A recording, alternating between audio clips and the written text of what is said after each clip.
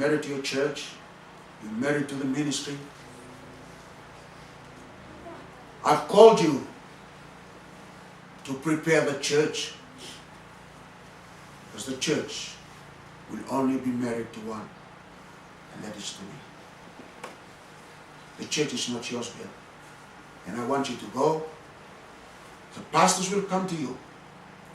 Be bold. Do not be afraid. Do not fear. Speak, because I will be with you. I will give you the strength. You will make friends. You will make enemies. People will mock you, but don't compromise my message. Speak everything that I've told you. May the good Lord bless you.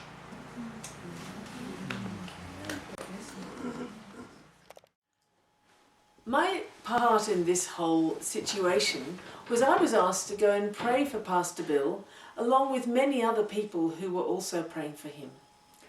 When I assessed the situation, I realised that he was dead, and I sensed that God was asking me to get on my face before him to cry out for his life, to cry out for the life of the church, the government and our nation. How delighted I was to discover later that Pastor Bill had come back to full consciousness. And I was delighted also to have the opportunity to pray with him at the hospital and to ask him if he would share his message in the Great Hall of the Parliament at a prayer meeting that we are organising on the 8th of the 8th, 08, on the 8th of August 2008. It might be interesting for you also to hear the testimonial of a doctor who was called to the situation and his factual account of what happened.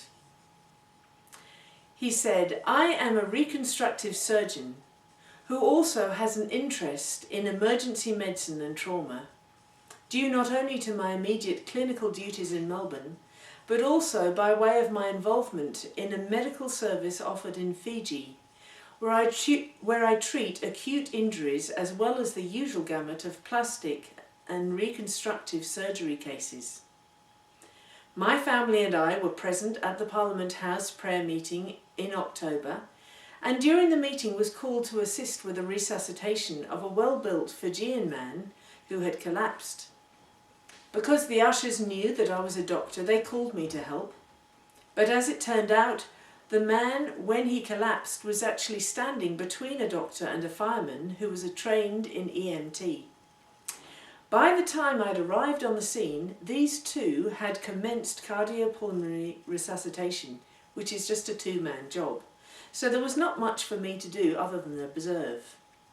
There were also a number of people surrounding the patient who were praying fervently for him, and one in particular, who I knew to be a friend of Pastor Danny's, was praying very actively against a spirit of death and commanding it to leave. Because there was quite a commotion and I was not needed, I returned to my seat, but then decided to go back to the resuscitation to pray and see the whole event through. The Parliament House emergency team had been called before I got there and had provided a very sophisticated monitor and defibrillator, which the doctor and paramedic had already connected to the patient. The doctor and fireman had performed about 5 minutes of resuscitation, but the patient was still without a pulse, and so a DC version using the equipment provided was attempted to revive the man's heartbeat. This was repeated 4 times over a 20-minute period, as the computerized monitor gauged the patient's heart rate and recommended intervention. During this period, the patient was completely unconscious, and the doctor inserted an oral airway. From what I could tell, he occasionally regained a pulse with ongoing CPR, but his cardiac activity was not sustained without support. As the surrounding people continued to pray, I could see that Pastor Danny had been made aware of the event, but was obviously not drawing attention to it, as this would have disrupted the whole meeting, which was at the pivotal stage. How after some time, he was approached again, and at this time he did make a very strong proclamation, obviously aimed at the unseen world in response to the situation at the back of the hall. The blind to see the deaf to hear, and the dead to arise. Subsequently, with CPR continuing unchanged, the patient regained a sustained pulse and spat out his airway. The ambulance team arrived, inserted 2 IV tubes, and by this time the patient was breathing spontaneously and had a heartbeat, but was only semi-conscious. The doctor tried to get the man's name at this time, and the patient responded but was incoherent. He was subsequently taken to the Royal Canberra Hospital for ongoing treatment.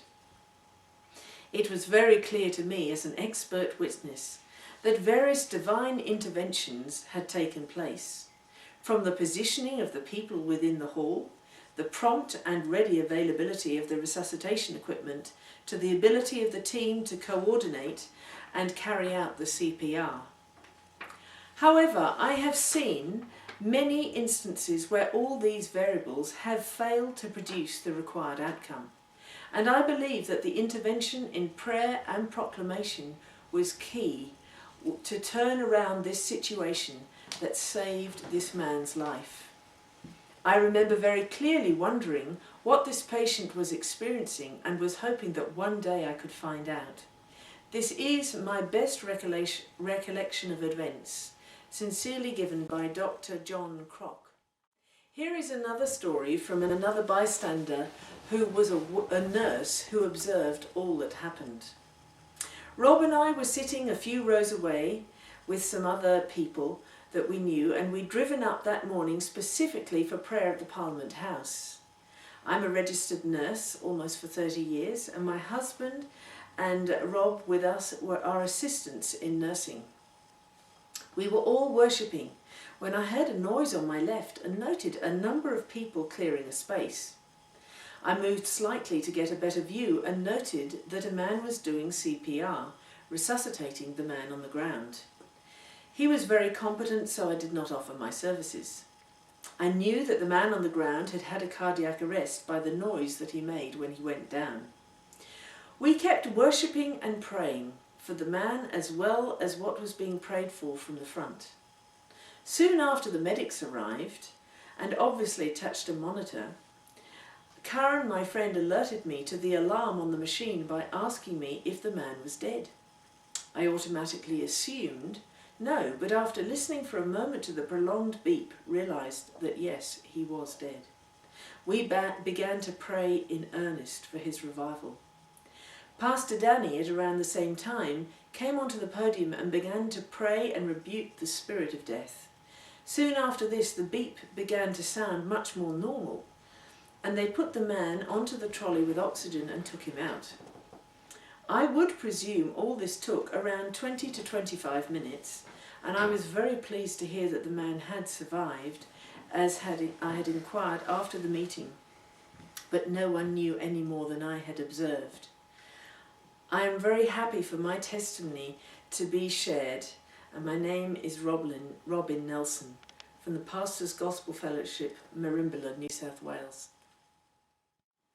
Now you've heard Pastor Bill's message. We ask you to come and hear him in the very place where he died and was resurrected, in the Great Hall of the Parliament.